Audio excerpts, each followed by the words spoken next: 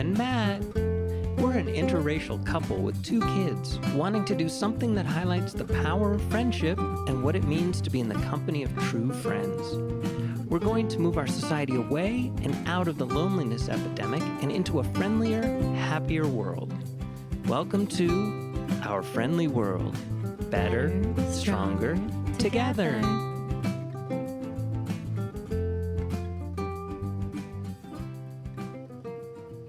And just because this could be interesting. But yes, I wanted to talk about man and his sense of smell, but that's going to be handled in the next show, which is great.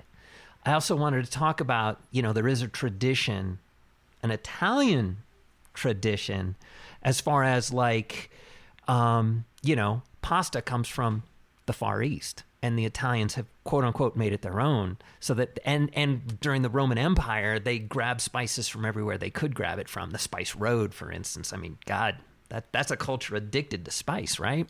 Yeah. Also, Joey, I wanted to mention something very interesting. There is a book. It's actually 2 books. They're graphic novels. It's called Maus, M-A-U-S. Oh, yeah. 100%. Where he actually talks about how his father didn't want to tell his stories. Right. And he actually gets an explanation from his father. And then his father completely changes his tune, but very, very powerful series of books. I think I want to say something to the first point you made, which is that I should have said this. One thing my Armenian grandfather always did, as much as we didn't talk about anything else related to Armenia, anything in the world, he would point to and say, Armenians invented that, or that was Armenian. Pasta, grape leaves, I don't know, anything, anywhere. That was his go-to thing. And it's like something that was just part of my childhood hearing. Right. So it never it was always just a thing, it was always just a thing in my life. So I never really asked any questions or anything, but looking back, that was pretty fun and entertaining and pretty much the truth. You know what I mean? Mm-hmm. I get it. And for... Go ahead. If we're going down that same line.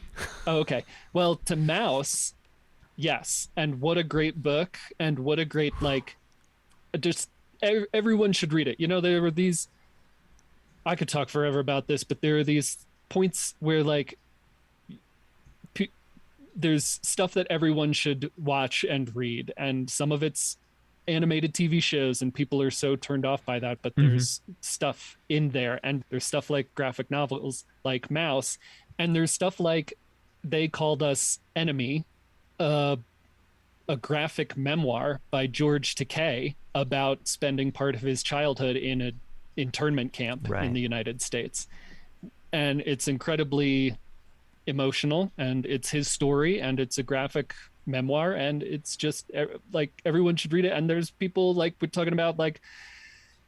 talking about people not knowing what the Armenian genocide is. There's so many people in this country that grow up not being taught about Japanese internment camps and other things like that happened in this country. So along the same line of Maus in my mind is this graphic memoir, it's called, by George Takei, called and there's They Called Us Enemy. There is a number of them. I mean, in Japan, there's a series called Barefoot Gen, or Gen, Gen, which is this whole thing about, it's a story of Hiroshima. Jesus Christ. That's not going to be a good story.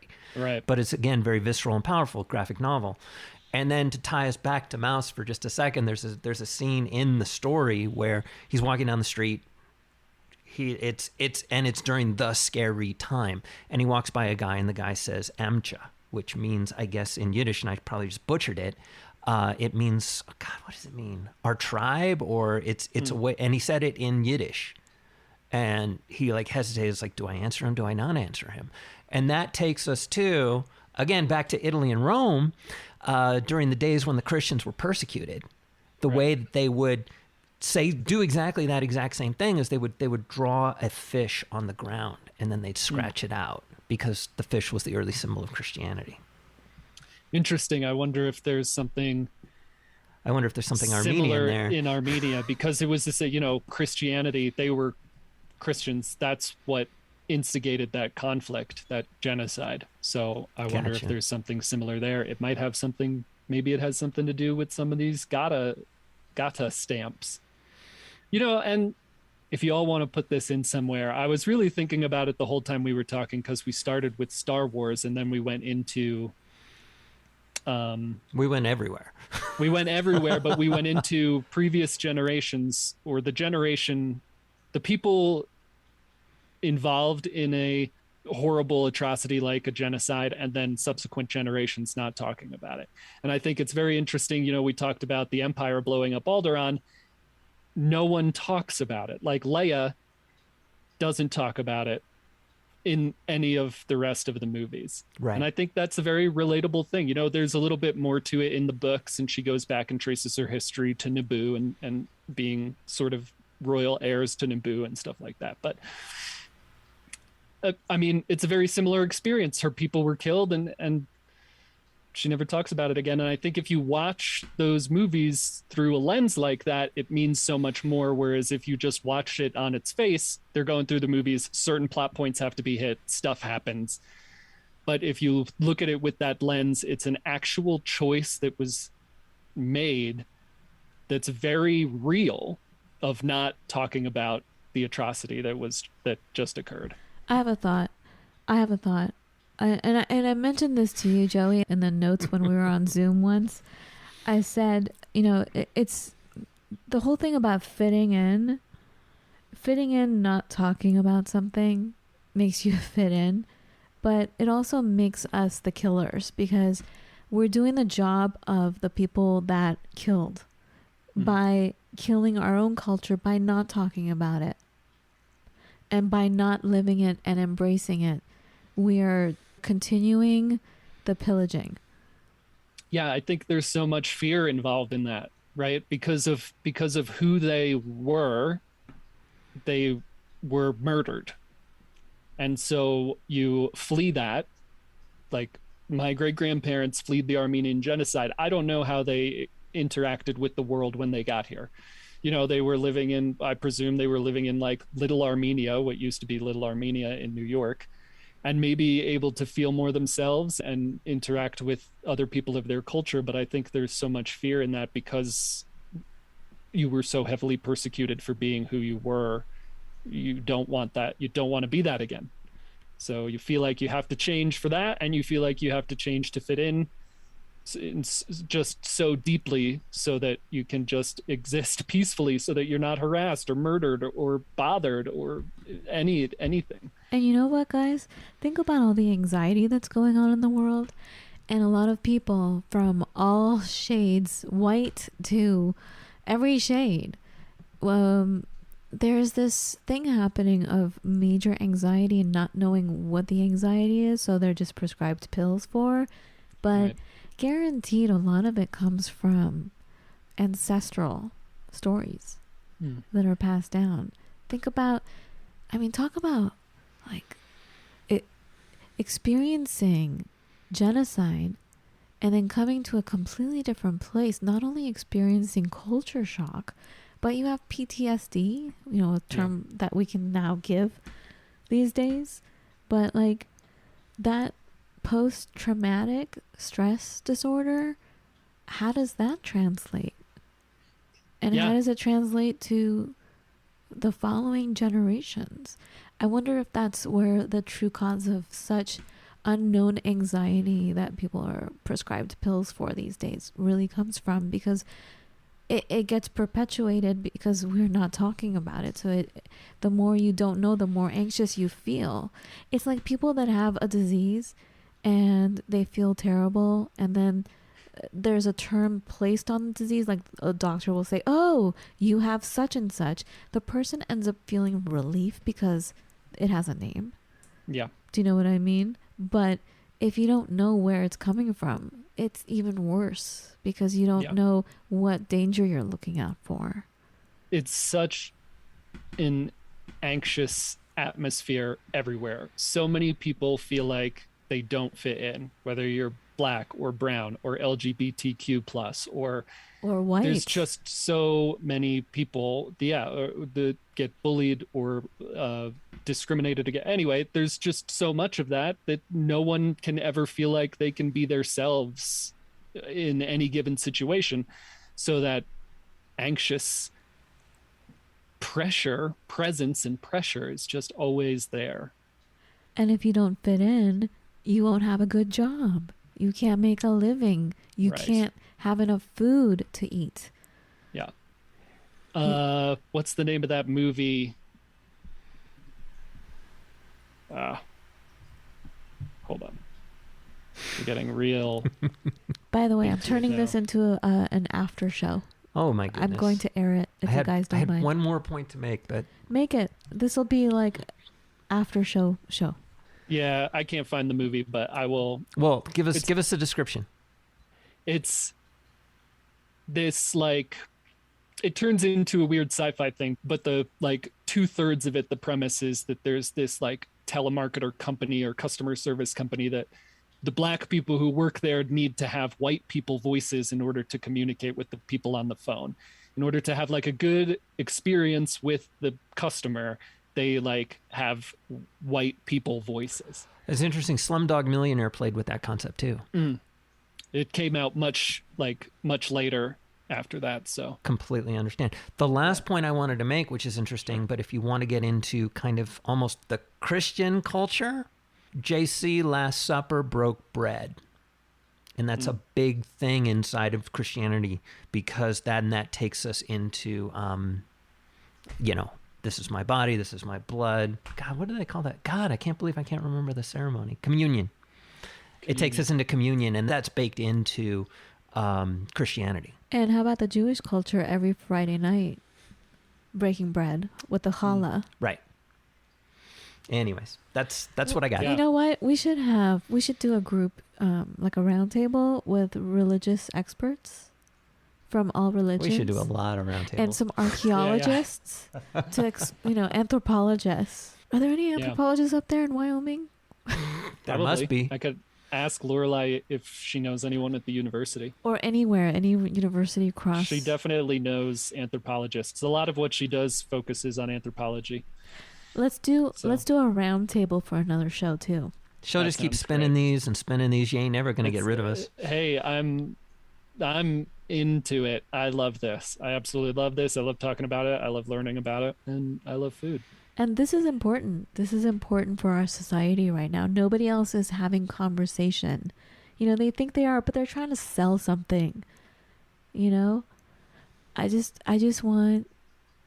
want our friends. I want to develop family here. And you're not going to have a true meaningful family. I mean, knowing firsthand, I grew up in a family and I didn't speak to them. They didn't speak to me, to the point where I can't speak my mother tongue anymore. And I couldn't speak it back then that well either.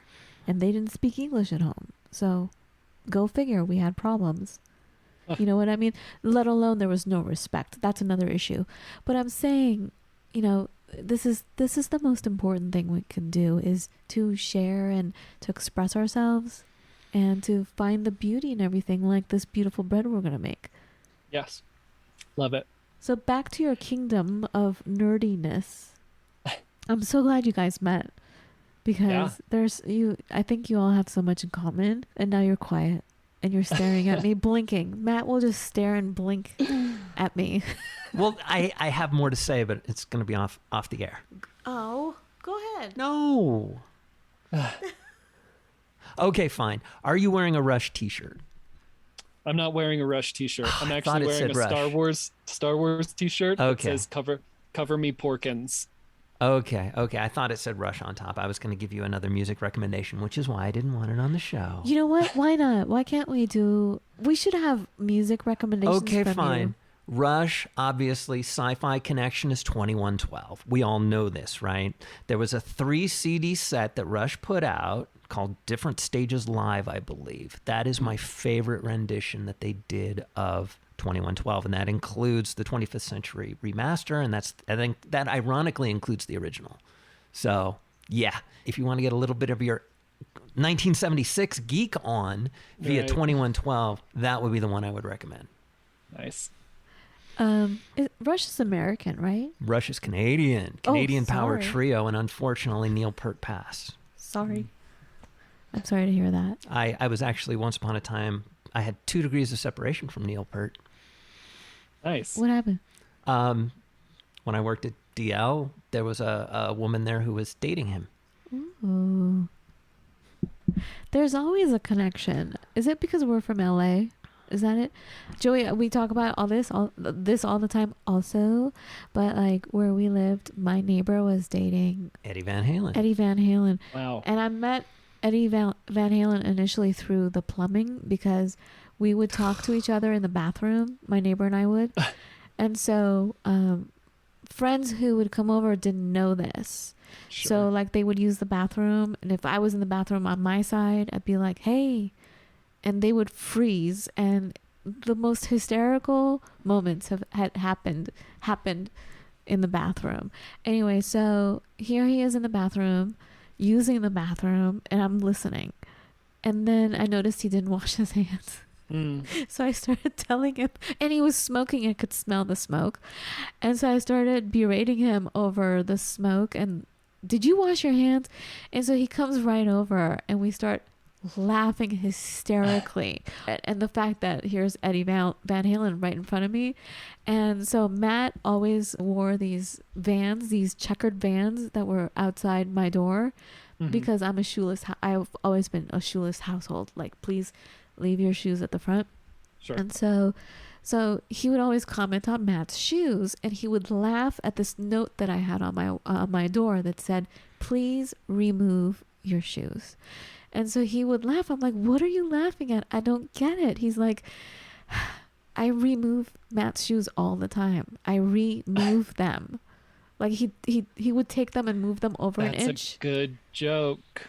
That's a good joke. And so he would always be touching Matt's shoes, and Matt never met Eddie. I never saw him. I never met him. So Matt was saying, Matt would always say, "You're lying." He wouldn't say lying, but you're like, "You're making it up." I'm like, dude, they would miss each other by 5 seconds sometimes. Oh, it was maybe Matt is Van Halen. That's what I said. Has never been in the same room together. But like the whole washing the hands thing, the first time we met, so we were laughing hysterically, like all of us, like Eddie, me, and my neighbor. And so our other neighbor's walking home from a hard day's work. Like, he's carrying all his gear and he's walking and his head is down, and then he just hears us laughing. He looks at us. He's like, "Hey guys, what's up?" And we're talking. I'm like, "Oh, I'm just, we're just laughing at washing hands." And then he's like, "Oh yeah." And then we start talking about the day, and then he looks at Eddie and he's like, the shock on his face. And then he's like, "Ah." And then so Eddie Van Halen turns to him and he's like, "Hi, I'm Eddie," and reaches his hand out.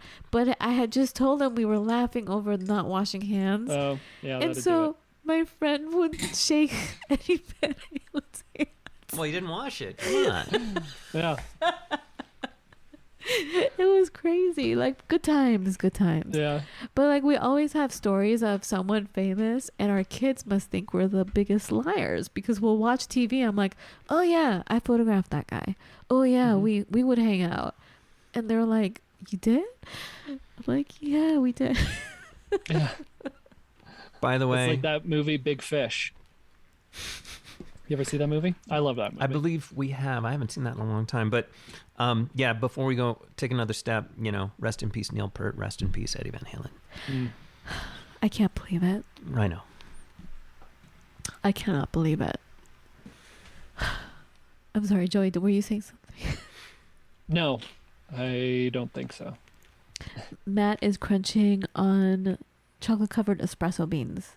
Nice. Crunch, you can hear that? I don't want no lunch. All I want is espresso beans. There would be this song about potato chips. Crunch, crunch. Anyway, so what else, guys? What else do you want to talk about next We have episode? been jibber-jabbering way too long. I'm exhausted. I loved this. This was great. I'm excited for our next episode. And beyond. I had a really great time. I normally Yeah. don't have this many notes of stuff that I wanted to bring up, and I didn't have an opportunity. You always say that because I talk too much and you don't have a chance to jump in there. But I mean, boom, boom, boom, boom, boom. Now Wait, we've got a boom, second. boom, boom, boom, we've got a boom. second opportunity here. I have some extra notes as well. There's always so much to talk about. Most of our guests, with the exception of one, always come back because there's so much to talk about. Right. You know? yeah, I'd love to come back. Well, for the baking one, and then We haven't to even continue the touched on conversation. geology. Oh my God. Yeah, we need to touch on geology. Do you have any good stones over there? I'm Yeah, addicted this to is where like stones. dinosaurs are from. So, it's interesting because our kids, Ellen Allegra, and I noticed a lot of kids did this too. They, as soon as they could walk, would gravitate towards rocks and stare at them the way you told me that you did when you were little. And they would pick them up and come to me and present these stones to me like how adults would present a big diamond to someone. You know what I mean? And Yeah. we would go home with backpack filled with rocks that they found in the riverbed or like wherever we were. Right. And they were pets. And I'm like, do you guys know a long time ago people had pet rocks? And they didn't get what I was saying. They paid money for. Exactly. But like, no, they were actual entities. Like, and I always wondered, there's a spiritualness to that. Like, there's a spiritualness to sense. I think there's a big spiritual component to the sense of smelling something that brings back memory. And of course, rocks have been the major force out there that it's been there. It's witnessed everything quietly. Over and over again. Right? Yeah, it's so interesting that so many kids have such a connection to rocks. Why is that? Yeah, I don't know. You know, we talked last time, I think, briefly about a connection to dinosaurs, but they were like everyone's going to be connected to dinosaurs as kid because they were these great behemoth monsters that ruled the planet. I mean, you're just going to think that that's cool. I didn't. I'm sorry. Every time I thought about dinosaurs, it scared the hell out of me because there was this, I think, horrible show. Matt liked it. But there was this show a long time ago. What was it called? The Land of the Lost? Yeah, Land but of I the never Lost. saw it because Yeah, I wasn't I did. allowed to watch like Saturday morning TV. It Land of the terrified me. Lost. It Great theme song. I was like, oh my God, thank God I don't have to see that part of history. Like, I didn't like it. I loved that show. There was like a remake. There was like an older one, 60s or 70s, and then I think they had a remake in the 80s or 90s. And then there was even a movie too. Yeah, with Will Ferrell. I probably wouldn't watch that. But anyway, I like that show. I don't mean to diss But that I don't show. know what the connection is with rocks, you know. But then, so I always loved them, and I always loved fossils. And where I grew up in New York, you know what to look for and find seashell fossils and stuff like that everywhere. Nice. But then knowing I wanted to be a geologist and eventually a paleontologist, but the more you learn about what it really means to be a rock, the more it mattered to me. You know what I mean? And maybe I always had like a scientific mind about it, but the amount of energy and work and lifetimes and stories that went into making any given rock is just incredible. The geologic history. And the patience a rock has, like a normal rock in our modern day history, waiting maybe forever, years, for someone to come move its perspective. For some little kid to come and move it over a few inches, or put it in a backpack and it ends up over here. Please remove rocks. I need a better perspective. Yeah. A different one. That's what the rock would say.